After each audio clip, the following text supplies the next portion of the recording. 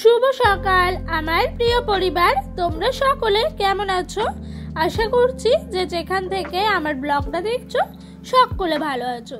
তোমাদের আশীর্বাদ ও ভালোবাসার সাথে নিয়ে আজকের ব্লগটা শুরু করলাম। এখন বাজে ঘড়ির কাঁটায় ওই সকাল 6টা মতো। আজকে না উঠেছি অনেকক্ষণ, উঠে কিন্তু সংসারের ভেতরে ঘরের ভেতরে বাসি কাজকর্মগুলো গুছিয়ে একেবারে চলে এসেছি বাইরের কাজকর্মে হাত দিতে। আর ওই দিক দিয়ে জানলার পর্দাটা ফেলা ছিল, তাই বাইরে দিয়ে কিন্তু তুলে দিলাম।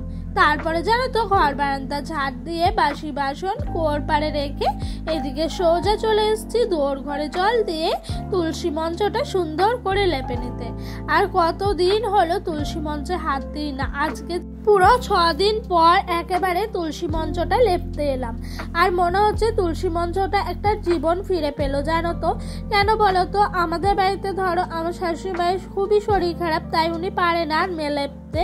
আর শ্বশুরমশাই কোনো রকম একটু জল দিয়ে প্রত্যেক দিন রেখে দিতেন, সেই কারণে তুলসী মঞ্চটা সেভাবে কেউ লেপা পোছা হতো না বলে আমার না কি মন খারাপ করতো, কিন্তু কিছু করার নাই, মন খারাপ করলেও ওভাবেই পড়েছিল। তারপর আজকে সুন্দর করে কিন্তু লেপে নিলাম।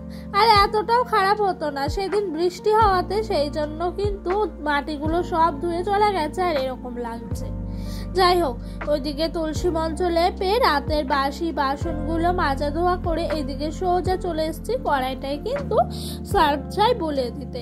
আর সকাল সকালই আজকে সমস্ত কাজকর্ম গুছিয়ে করে নিচ্ছি। কেন বলো তো? বেলার দিকে না আজ অনেক কাজ আছে। আজ হলো নীল পুজোর আগের দিন। পুজোর আগের দিন মানে কোনো পুজোর আগের দিন আমাদের গ্রামের গৃহবধূদের কিন্তু সংসারের প্রচুর কাজ থাকে, বাড়তি কাজ, জানো তো। তো আমি ওইদিকে কড়াইয়ে ছাই লেপে আসলাম, আর এই দিক দিয়ে কিন্তু কলের মধ্যে জল চলে এসছে। মানে এখন 7টা বাজে, সজল ধারার কল আছে, টাইম কল, ওই কলে জল এসছে, তাই বালতিগুলো সমস্তটাই কিন্তু ভরে নিচ্ছিলাম। আর বাসি নাইটিটাও কিন্তু এরই মধ্যে ছেড়ে দিলাম। জানো তো বন্ধুরা, ডোডোকে ঘুম থেকে উঠালাম, উঠিয়ে ওর পাপার সাথে হাতে ব্রাশ ধরিয়ে দিলাম একটু ওর পাপার সাথে ঘুরতে। কেন বলতো? কারণ কি বলতো, ঘরে থাকলে না আমি কোনো রকমে বিছানাটা ভালো করে তুলতে পারি না। ও ঘুম থেকে উঠলে পরে না একটু শুতে চায়, একটু বায়না করে, সেই জন্য না ওর পাপার সঙ্গে দিলে ঘুমটাও বেশ কেটে যায় আর মুডটাও কিন্তু তোমার ঠিক হয়ে যায়। ওর পাপা ধরো রাস্তার সামনে বসে থাকে ওকে নিয়ে, তো এরকম করে কিন্তু ওর ঘুমটা ঠিকঠাকভাবে ছেড়ে যায়। তারপর ঘরে এনে তোমার মুখ টুক ধুইয়ে ওকে একটু সেরেলাক্স খাইয়ে দিই, তারপর দেখি ঠিক খেলা করছে। বিছানাটা ঝাড়লাম, ঝাড়ার পর ওই যে বিছানার ধুলো বালিগুলো মেঝেতে পড়ে। প্রত্যেক দিনে আমি কিন্তু ঝাড় দিয়ে দিই, জানো। এই ধুলো বালিগুলো সবসময় যদি পায়ে পড়ে আর তোমার খাটে উঠতে গিয়ে সেই নিচের গুলো কিন্তু আবারও সেই খাটে উঠে পড়ে, সেই জন্য আমি একটু ভালো করে সুন্দর করে ঝাড় ঝুট দিয়ে নোংরাটা বাইরে ফেলেই তারপরে কিন্তু ঘর থেকে বের হই প্রত্যেক দিন। আর আমার জানো তো সংসারের কাজ না একেবারে গুছিয়ে সুন্দর করে করতে ভালোবাসি। আর আজকে সকালে জানো তো সেরকম ভাবে কিছু রান্না হবে না, তাই ঝড় হয়েছিল যে সেই দিন তো আর কিছু করতে পারেনি। পরের দিনও না এত কাজের চাপ ছিল বাইরে, সেই কারণে কিন্তু আমার এই গাছগুলো একটু পরিষ্কার করা হয়নি। আর ঝড় হয়েছে, ঝড়ের যত নোংরা ধুলো বালি আছে আমার এই গাছগুলোর মধ্যে এসে পড়েছে। আর সত্যি কথা বলতে এই মানি প্ল্যান্ট গাছগুলো আমার ভীষণ শখের গাছ। আমি যখনই একটু বাড়তি সময় পাই, মানে ধরো সংসারের সমস্ত কাজকর্ম গুছিয়ে, তখনই না এই গাছগুলোকে একটু যত্ন করার চেষ্টা করি। কারণ কি বলতো, একটা মানুষ বা কোনো কিছু যত্ন ছাড়া কখনো সুন্দরভাবে হয় না। তাই প্রত্যেকটা জিনিসেরই না একটু যত্ন, একটু মায়া মমতা এগুলো দরকার, সেটা হোক সংসারের বা হোক কাজকর্মের বা তোমার প্রফেশনাল। অনেক কথা বলে ফেললাম, বলতে বলতে আমার কিন্তু গাছটাও সুন্দর করে পরিষ্কার করা হয়ে গেল। ওইদিকে সকালের খাওয়া দাওয়া সমস্ত শেষ করে নিলাম, শেষ করে এদিকে এসেছি দুপুরে রান্না করতে। আর আজকে কি হয়েছে জানো, সত্যি কথা বলতে ডোডোর বাবা না বাজার গেছে, বাজার থেকে আসতে অনেক লেট করেছে, তাই রান্না চাপাতেও কিন্তু আমার একটু লেট হয়ে গেল। আজকে যেখানে আমি 11টায় রান্না বসাই, সেখানে আজকে রান্না বসালাম 11:30টার সময়। কি করব বলো, প্রত্যেক দিন তো প্রত্যেকটা মানুষের সমান যায় না না, আবার কাল থেকে ঠিকঠাক হয়ে যাবে। কারণ কি বলতো, সবজিগুলো আনা থাকবে, আর আমাদের প্রত্যেক দিন সবজি আনে না, হয় মা তোমার সপ্তাহে 2 দিন কি 3 দিন সবজি নিয়ে আসে, আর যখন লাগে তখন বাড়ির কাছ থেকে কিন্তু মোটামুটি সবজি নিয়ে চালিয়ে দেওয়া হয়। এরই মধ্যে ফুলকপি নিয়ে এসছে জানো আজকে বাজার থেকে, তাই ফুলকপিটা কিন্তু জলটা ভাপিয়ে ফেলে দিলাম, আর ফুলকপিটা একটু ওই তেল হলুদ নুন দিয়ে একটু ভেজে নিচ্ছিলাম, যাতে করে ফুলকপির মধ্যে একটা গন্ধ থাকে, সেই গন্ধটা যাতে না বার হয়। আর বেশি করে জানো তো ফুলকপিটা মানে তোমার সেদ্ধ করিনি, একটু গোটা গোটা থাকতে নামিয়ে নিয়েছি। কেন বলো তো, কষাবো ঝোল দেবো তখন ঠিক গলে যাবে। এরই মধ্যে রান্না বসিয়ে দিচ্ছি কিন্তু পাটের শাক, আর পাটের শাকটা লাস্টে করছি, কারণটা হলো শাশুড়ি মাকে ওইদিকে দিয়ে এসেছিলাম যে একটু পাটের শাকটা বেছে দিতে। কেন বলো তো, এমনিতেই দেরি হয়ে গেছে, তার মধ্যে যদি শাকটা বসতে বসি তাহলে আরও দেরি হয়ে যাবে।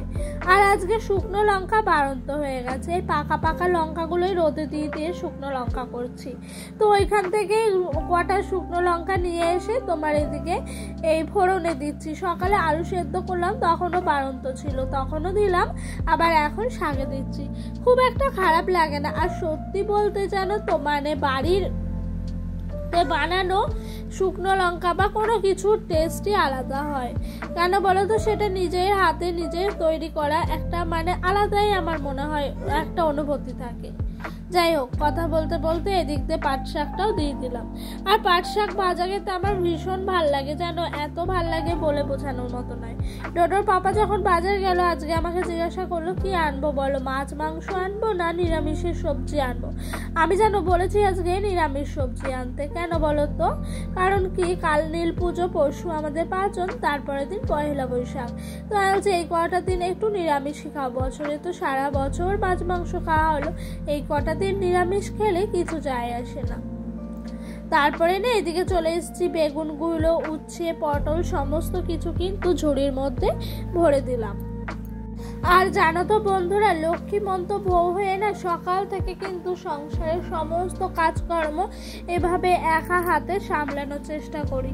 রান্না, ছেলেকে সামলানো, তারপর ঘর বাড়ি পরিষ্কার করা, পুজো দেওয়া, ঘর লেপা, সমস্ত কিছু কিন্তু একা হাতে সামলায়। আর আমার যেন কাজ করতে ভীষণ ভাল লাগে। কোনো সময় যদি বসে থাকি না, মাথার মধ্যে হাজারো খারাপ চিন্তা এসে ভরে যায়, তখন মনে হয় যে মানে এতটাই নিজেকে খারাপ লাগে, তখন নিজেকে আর সামলাতে পারি না।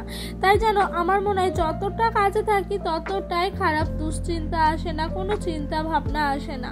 আর এই খারাপ চিন্তা ভাবনা আসলে নিজের মন খারাপ করতে বসতে হয়। তো সেই কারণে আমি জানো যতটা পারি সংসারের সমস্ত কাজকর্ম কিন্তু সময়ের মধ্যে গুছিয়ে পরিপাটি করে করতে ভালোবাসি। আর আজকে কি হয়েছে জানো, রান্নার চাপটা সেরকম নাই, সত্যি কথা এটা গো। তো আজকে ভাবলাম বাড়তি কিছু কাজ করবো। আর তোমাদেরকে তো ব্লগের প্রথমে বললামই যে কাল নীল পুজো, সেই কারণে কিন্তু বাড়িতে একটু বাড়তি কাজও আছে। যেরকম ধরো এই গ্যাসে কিন্তু আমরা প্রত্যেক দিন রান্না বান্না করি না, তাও গ্যাসটা না প্রত্যেক দিন কি নোংরা হয়, ধুলো বালি পড়ে। আবার ধরো কালি হাঁড়িটা নিয়ে এসে রাখি, পরে তো ছাই কালি তুলেই ফেলি, সেই জন্য প্রবলেম হয় না, হয় হাঁড়িটার জন্য। সেই জন্য কিন্তু এইদিকে আমার না মানে গ্যাসটা 2 দিন পর পরই এই বেশি নোংরা হয়ে যায়। তাই আমি প্রত্যেক সপ্তাহে তোমার 1 দিন করে পরিষ্কার করি। রান্না বান্না হলে পরে প্রত্যেক দিন গ্যাসের ওভেন খুলে পরিষ্কার করি বর্ষাকালে, কিন্তু এখন তো আর রান্না বান্না হয় না, সেই কারণে আর পরিষ্কারও করা হয় না। আর গ্যাসটা এতটাই নোংরা হয়ে গেছে কি বলবো, সাইডের ময়লাগুলো উঠছেই না। তাই আমি মশার যে ধূপকাঠি হয় না, সেই ধূপকাঠি দিয়ে খুঁচে ময়লাগুলো তুলে নিলাম, আর তোমার স্কচব্রাইট দিয়ে কিন্তু গ্যাসটা পরিষ্কার করে মুছে নিলাম। তারপরে জানো তো একটা ভিজে ন্যাকড়া এনে গ্যাসটা মুছে নিয়েছি। এতে করে কিন্তু গ্যাসটা সত্যি কি সুন্দরভাবে পরিষ্কার হয়েছে। আর বললাম না ঘর লেপা পোছা আছে, তাই এই যে পিঁড়াগুলো ভালো করে ঝাঁপ দিয়ে দিলাম। প্রথমে প্রথমে, তারপরে কিন্তু পিঁড়ার যে গর্তগুলো আছে সেগুলো মাটি ভরে ভরে ভরাট করে দিচ্ছি। তাতে করে লেপতে আমার অনেকটাই সুবিধা হবে। আর যদি না ভরাট করি না, তাহলে শুকিয়ে যাওয়ার পরে এই ফাটাগুলো আরো বড় ফাটা হয়ে যায়। তার জন্য কিন্তু সবার আগে মাটি দিয়ে দিতে হয়, তারপরে তোমার লেপলে পরে লেপাটাও অত কষ্ট হয় না, আর শুকিয়ে যাওয়ার পর দেখতেও কিন্তু অনেকটাই সুন্দর লাগে। আর জানো তো, এই লেপতে সে মাথার মধ্যে খালি একটাই চিন্তা ঘুরপাক খাচ্ছে যে বৃষ্টিটা যেন না হয়। এরই মধ্যে যেন একবার মেঘ ডাকছে, একবার তোমার রোদ উঠছে। তো অনেক কিছু করার পর সময়ের ঘড়ির সঙ্গে তাল মিলিয়ে সমস্ত কাজকর্ম কিন্তু করে চলেছি। যাই হোক, ভগবান আছে বলেই আজকে বৃষ্টি হয়নি। আমার না খুব মন খারাপ করছিল, মনে হচ্ছে যেন একটুও বৃষ্টি না হয়, সমস্ত কিছু লেপা পোছা হওয়ার পর সুন্দরভাবে আমি যেন দেখতে পাই। আর এইদিকে কি হয়েছে জানো তো, আমার না একটা ভুল হয়ে গেছে লেপা পোছা করার আগে। আমি জানি যে লেপা পোছা করতে গেলে সবার আগে পিঁড়াগুলো জল দিয়ে ভিজিয়ে নিতে হয়, তাহলে ওপরে যে শুকনো মাটিগুলো ঝরে পড়ে যায় না, সেই মাটিগুলো নরম হয়ে পিঁড়ার সঙ্গে লেগে যায়। আর সেই ভুলটাই আমি করেছি। দেখেছো, এই যে লেপছি একদিকে, আর একদিকে কিন্তু মাটিগুলো ছেড়ে যাচ্ছে, মানে উঠে যাচ্ছে, নেতার মধ্যেই দেখা যাচ্ছিল। তোমরা হয়তো সেরকম ভাবে বুঝতেও পারছো না। সেই জন্য না আমার যেন একটুও ভাল লাগছিল না এভাবে কাজ করতে। তো আমি ভাবলাম যে এই দিকটা যা হচ্ছে হোক, তারপরে না ওই দিকটা পুরো ঠিকভাবে কাজগুলো করে নেবো। আর দেখেছো, ঘর বাড়ি যদি লেপা পোছা থাকে দেখতেও কত সুন্দর লাগে। আমি সব সময় পারি না, কিন্তু কোনো পুজো ওকেশন আসার আগে, সেটা ছোট পুজো হোক বা বড় পুজো, আমি কিন্তু এগুলো লেপে নিই। আর এই দিক দিয়ে দেখো, ওই দিক দিয়ে ভুল হয়েছে বলে এই দিক দিয়ে আমি কিন্তু সবার আগে জল দিয়ে দিলাম একটু বেশি করে। আর জল দেওয়ার পর এত সুন্দর লেপা হচ্ছে, তোমাদেরকে বলে বোঝানোর মতো নয়। বাড়ি ঘরের মনে হচ্ছে একটা যেন নতুন রূপ ফিরে এলো, এত সুন্দর লেপা পোছা হচ্ছে। আর ওইভাবে না অনেকটা দেরি হয়ে যাচ্ছিল, আর কিন্তু সেরকম ভাবে সুন্দরভাবে লেপা পোছাটা হচ্ছিল না, হচ্ছিল খসখসে মাটি ওঠা, এত সুন্দরভাবে হচ্ছিল না। যাই হোক, স্নান সারলাম, সেরে ঠাকুর ঘরে এসেছি পুজো দিতে।